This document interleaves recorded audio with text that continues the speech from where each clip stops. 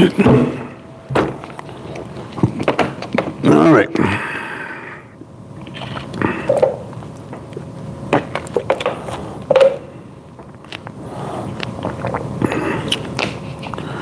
All right, this is Sports for Real with Coach Hall. Found a couple extra minutes today. Got started a little early.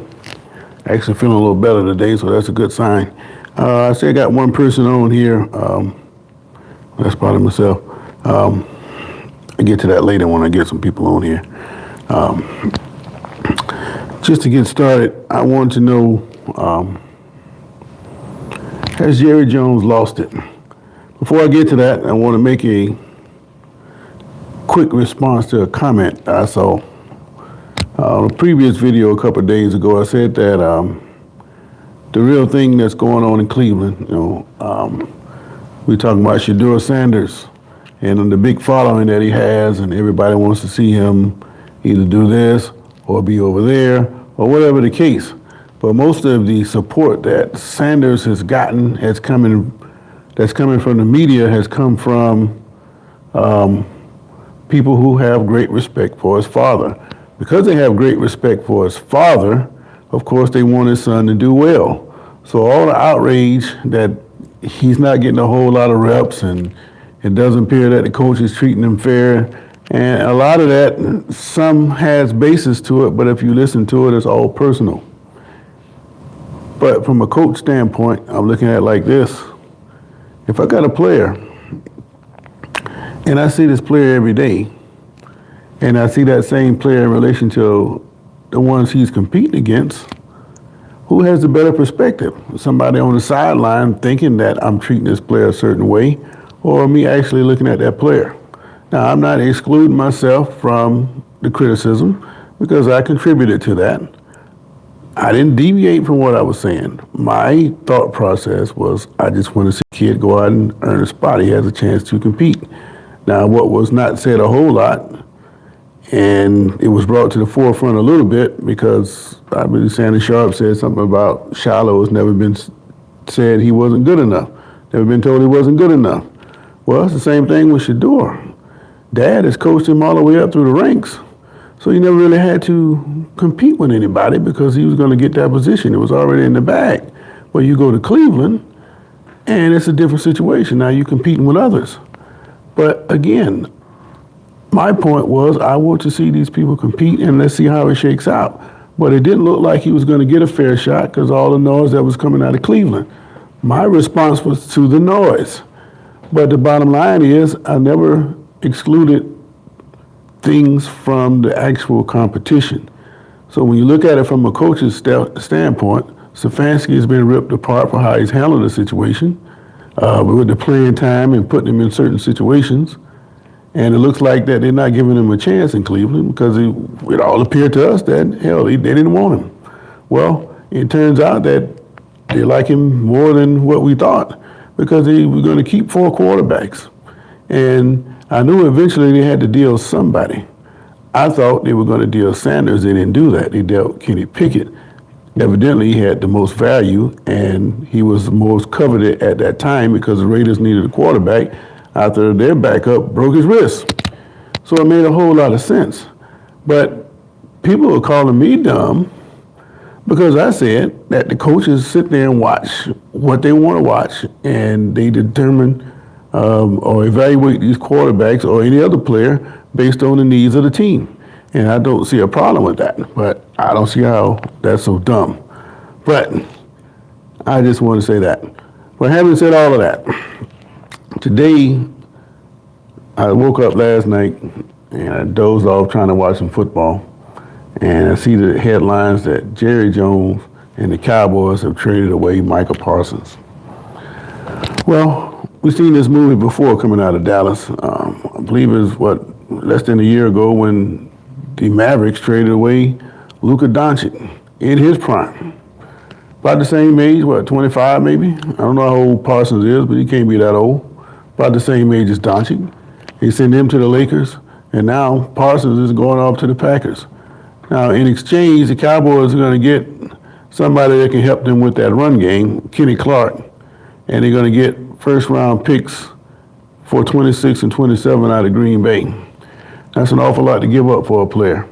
So evidently, they realize his value, where the Cowboys obviously does not. But I pretty much think that it has nothing to do with talent. I think it has to do with personality. Jerry Jones felt like he's been insulted through the process, and because he's been insulted, he's want to try to get rid of the problem, and that's what he's done. But was it the smartest move for the Cowboys? You want to win, but you do stuff that is counterproductive to winning. But it goes back to what we said before.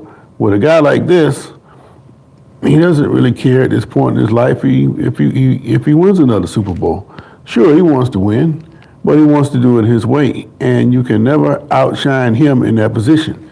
It goes back to that book again, the 48 Laws of Power. And in this case right here, where you don't outshine your master, Jones felt like the way that Parsons was handling the whole situation, along with this agent of his, that they were outshining him. And in the process, they even insulted him. So if this was one of those kingships back in the days, they would have had Parsons executed. And all the man wanted to do was get a deal.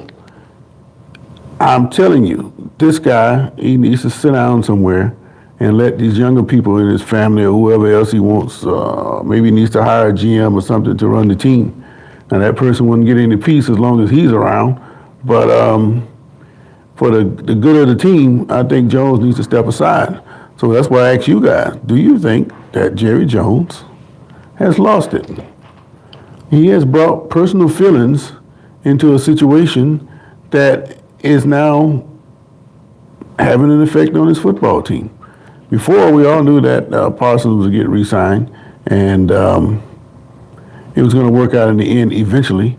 He could have just paid the man a couple of weeks ago and wouldn't be any of this. He did all that so the attention can be on his team. Well, they're an NFL team, they're going to get their attention anyway, but who wants that kind of negative attention? Evidently, he thrives on it. It's the same kind of playbook he's used before. Go all the way back to Emmitt Smith. After they won that first Super Bowl, it was a no-brainer to bring Smith back. But he beat around the bush, and it led to the fact for Smith sitting out those first two games. And if you recall, they lost those first two games. And he didn't like it very much, so he hurried up and got a deal signed. And he's done this with several other players since then. It's just the playbook that continues to repeat itself. So I don't know what the Cowboys are going to do from this point, but if Kenny Clark turns out to be a great addition for them, which he's a decent player, but if you don't have a rush in to replace Parsons, you can stuff the middle all day long, but if you can't protect the outside or get any pressure on the quarterback from the outside, what would you rather have? It's a pick your poison kind of thing, and I just don't think that in the end, he's just another player, and players, of course, can be replaced, and in time, the whole thing would just die down. But if you're trying to win a championship now, and you're always under this high urgency to win a championship, it's more rhetoric than anything, but the Parsons loss is going to hurt. And even though Clark can help them, I just don't see how much he's going to be able to help when you need to get pressure on the quarterback, unless you can get a tremendous push up the middle. Now, if you can do that, and you can get enough pressure from the outside with a collection of people, then maybe it won't affect you a whole lot. But I just don't think that was a good move getting rid of Parsons. But I want to know what you guys think. JC, what's going on, man? I know you good for a quote. What's going on with these Cowboys, man? Do you think it was a good move for Parsons to be out of Dallas, or do you think this is something personal that Jones had to prove a point by getting rid of the man? The other teams, they're not going to pick a side. Everybody wanted Parsons. Can you imagine a guy like Parsons ended up in with a team that's already got a rush in? Could end up in Pittsburgh or maybe Philadelphia or something like that. All these teams are just going to get stronger.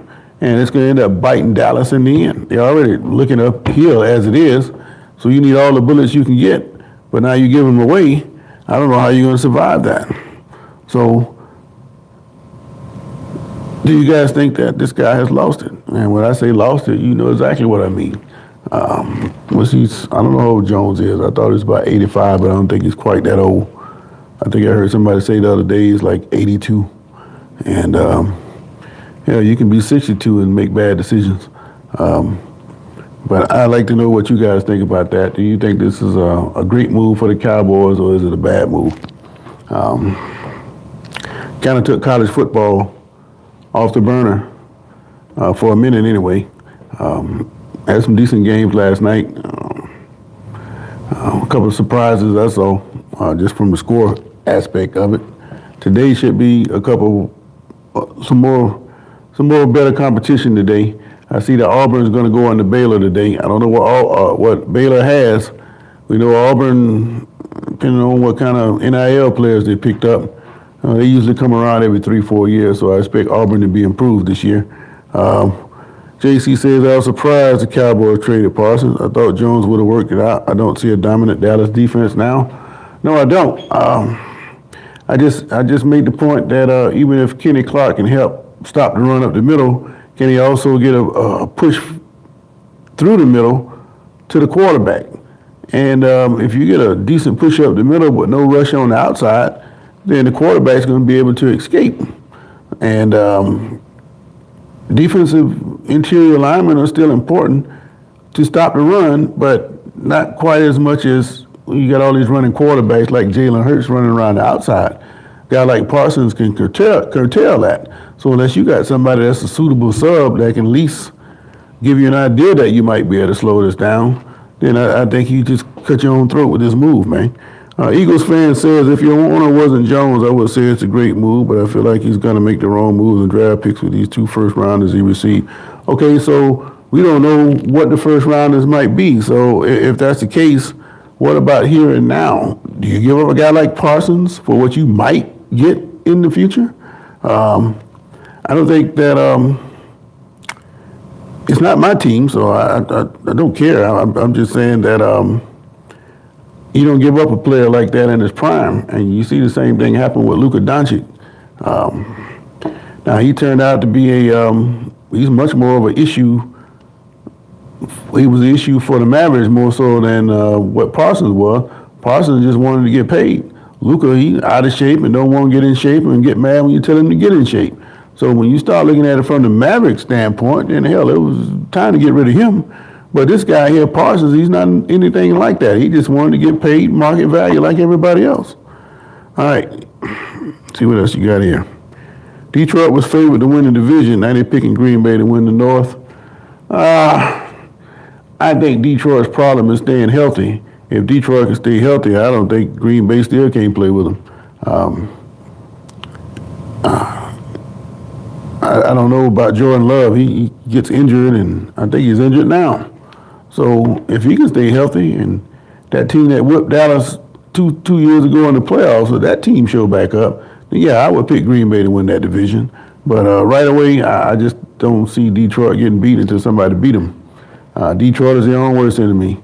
You know, that guy Campbell, he likes to go for all those 4th downs. That's great every now and then, but it gets to be a point where that end up hurting your team.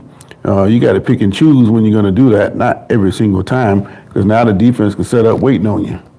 Just like you got to package your 4th down plays, these defenses can to do the same thing, get a package of plays to stop that. So you keep on going forward in these 4th down situations where you don't have to, and it's going to come back to bite you. All right. Okay. But yeah, it's going to be hard to replace Eagles fan. What chances that both of those picks combined turn out to be anything close to Parsons? Probably not very good. I know everybody's talking about this Arch Manning guy. I still hadn't seen it. We're going to see it this week when he go into Ohio State. And we're going to get an idea about what he can do this weekend. But if the Cowboys keep doing stuff like this, I don't think they're going to have a great year. Now, offensively, they're going to score some points, or should score some points, with Lamb on one side and Pickett on the other. And if you had a defense that can slow teams. I think the Cowboys can go 27, 28, maybe 30 points a game. If they can do that, they're going to be in the thick of things. But that defense is going to kill them. And you go ahead and take one of the best players, if not the best players off the damn team. Why would you do that? It don't make sense. Jerry Jones got to go. Terrible owner. He's too damn old, doesn't understand the game anymore. Well, that's the reason I'm asking, do you think he's lost his mind? Because normally you have decisions that are made on a business standpoint. I think he's insulted by the fact that they challenge his position with the way he's negotiating. The agent that he has. He didn't like his agent, and I guess he felt insulted by it, so he don't care if this guy here might have been the greatest all-time player in any position. He's going to get rid of him because he feels insulted in the situation. And when that kind of stuff happens, you're not going to ever put together the better team because you're all in your feelings. Now, I heard it said the other day that the Cowboys players, they block out Jones. They see him but don't see him. They hear him but don't hear him because they know what they have to do in that locker room. It doesn't matter if the owner is Jones or not. They're still going to have to go out and perform if they're going to participate in this league.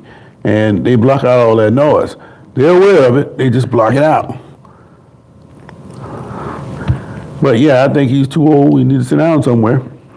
To me, owners should be seen and not heard, kind of like children in a lot of ways. Just sign my check, man. And let me hear what the head coach got to say. I think that's one of another reasons behind the Jimmy Johnson split, because Jimmy Johnson didn't want him there, and Jimmy Johnson was the type to tell him, man, you stay up in the owner's box. If you look over the history of the NFL, that has always been the case. A lot of coaches told owners, this is my area. You go up in the front. And we win a championship, come on down and take a picture. But other than that, this is my area. And I completely agree. I see the same thing with the schools. The athletic directors and the principals, they don't come around and bother the coaches that much. They may pass them in the hallway and it might be a casual conversation about how that team is doing, but no, they don't come down and inject themselves in the day-to-day going on between the team and the administration. Now, you might say that's apples and bowling balls. In a sense, yes, but also in a sense, no, because, I know the high schools, they're not generating the money, and Jones is dealing with this multi-billion-dollar industry he has up here. So you would think, yeah, he want to know what's going on. But hell, that's the kind of business nowadays that take care of itself. All you got to do is just stay out of the way and don't mess it up. And that's what he's doing. He's messing it up. And if he hadn't got rid of Jimmy Johnson, how many championships could the Cowboys have had? He pretty much cursed himself when he got rid of Jimmy Johnson. They won one championship, and that was pretty much the lingering effect of Jimmy Johnson. The players, they already had the blueprint of how to do it, and they put it together and did it. But ever since then, it's been downhill for the Cowboys. And the way it's going to be completely downhill as long as this guy here stays around. He thinks he's going to live to be 125 or something, still running the Cowboys, but that ain't the case, man. But right now, 100% of you say this guy has lost it, man. And I agree with the Eagles fan. It's time for him to sit down somewhere. All right. Eagles fans said they will score lots of points and throw a bunch. They should use one of them picks for a damn running back. Well, I think they like the three running backs they got. They're not really household names, but you can run it up in there, get me 3-4 yards without turning the ball over. We don't really need to know if you're a household name. Everybody can't get a Derrick Henry. But speaking of that Eagles fan, hell, they had a chance to get him last year. That Jerry Jones thing again. He didn't want to pay Derrick Henry. I think, in reality, I wouldn't say it's a racial thing, but I think it's a check thing. I think he despised having to play all these players, all these $1 million contracts. I don't think he really wants to do that. And the hardest thing for him is to sign a check. And I think that is the real reason for all these delays you see coming out of Dallas. Every year it's the same thing. Go all the way back to the beginning with the Emmitt Smith and all of that. He just don't want to pay anybody all those zeros on those checks. It's hard for him to do it, even though he's got many millions over, and the team is making many millions. And whether he goes 0-18 or whatever, the team is still making about $400 million profit. They're going to get from the league, a check they're going to get from the league. So nobody's hurting here.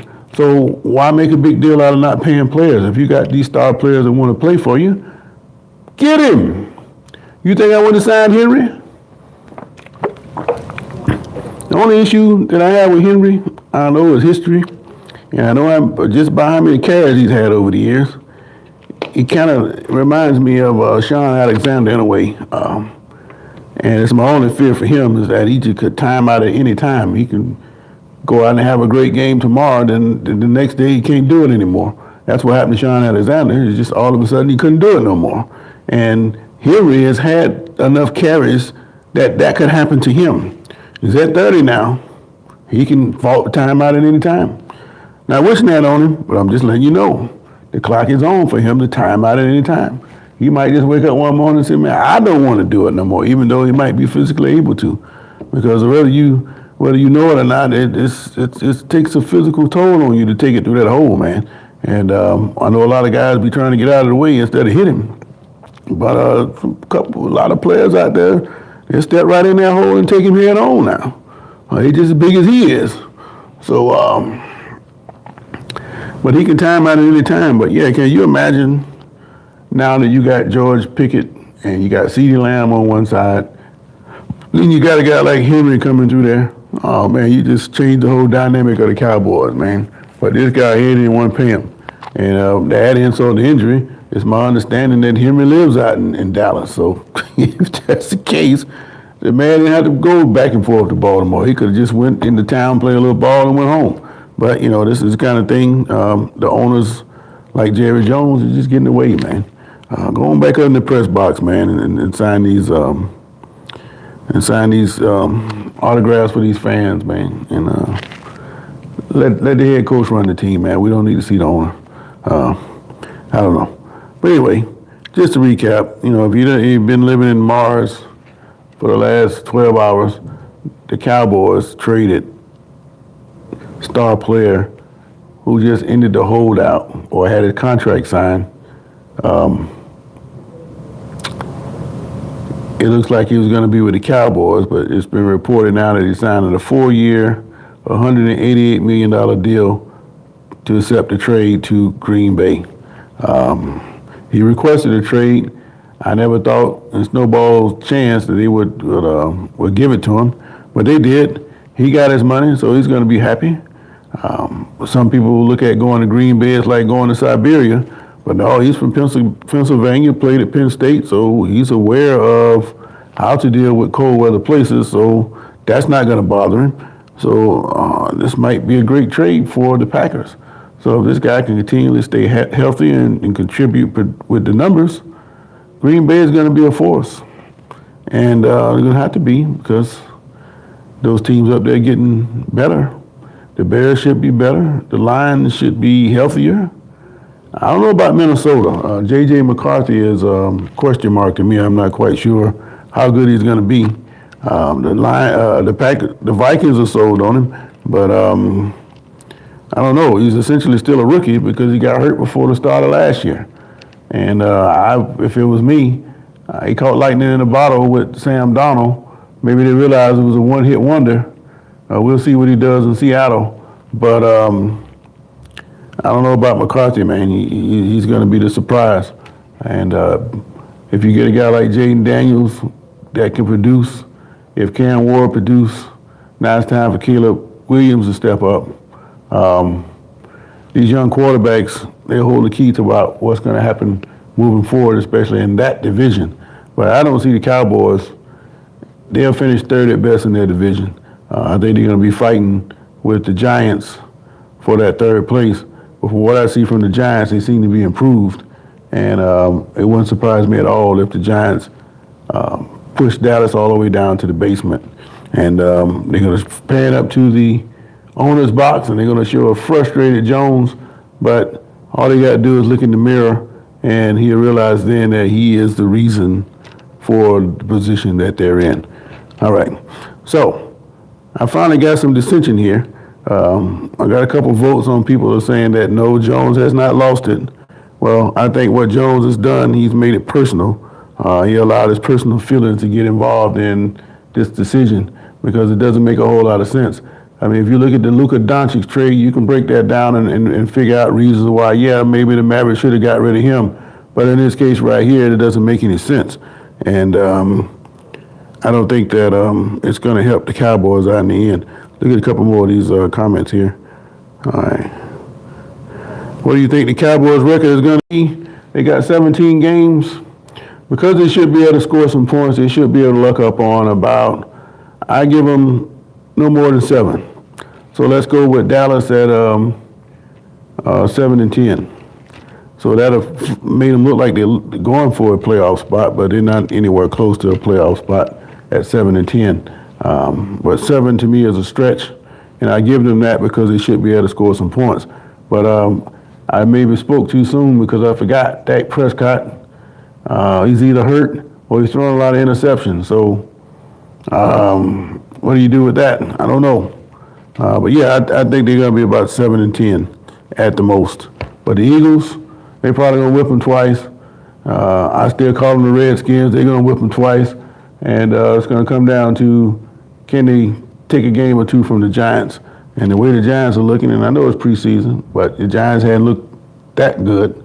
When I'm looking at the way they're functioning on offense, getting in and out of the plays, those kind of things, not necessarily what the score is going to be.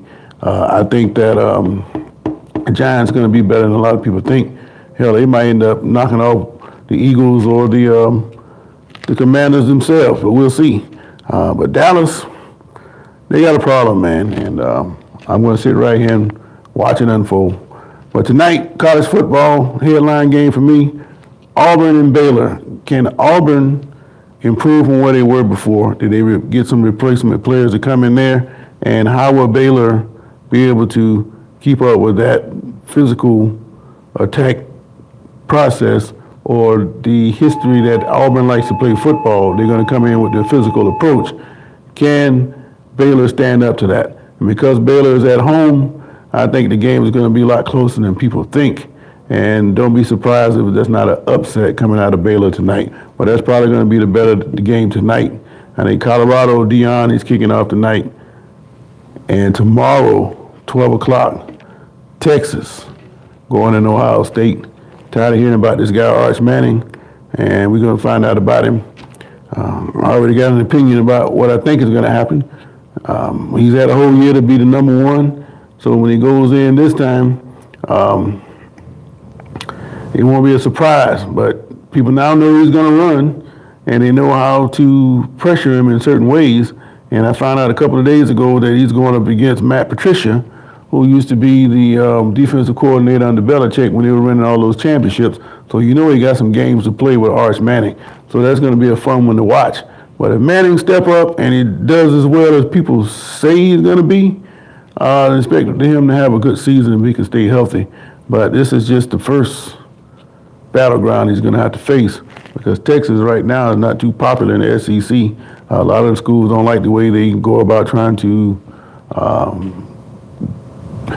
deal with other players and other schools.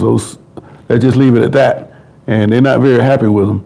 And Texas A&M fans are well aware of what I'm talking about. And now the rest of the SEC is seeing it.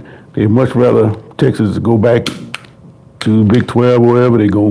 They don't want them, really don't want them in the SEC, but they can't come out and say that. And the biggest reason they don't want them there because they know Texas can play, and it's a disruption to the way that they've always been in the SEC. So they got a gauntlet facing them, and everywhere they go, they're going to get the best shot from whoever they play. And you can best bet that Ohio State's going to be ready to play. Can they do it? I don't know. We'll see. All right, let me get these last couple comments. I got to get up out of here. Yeah, the Giants do look a lot better, but I still think Philadelphia is a little bit better than everybody else. Last year, they just had that. They were just shoulders above everybody last year. They whipped everybody.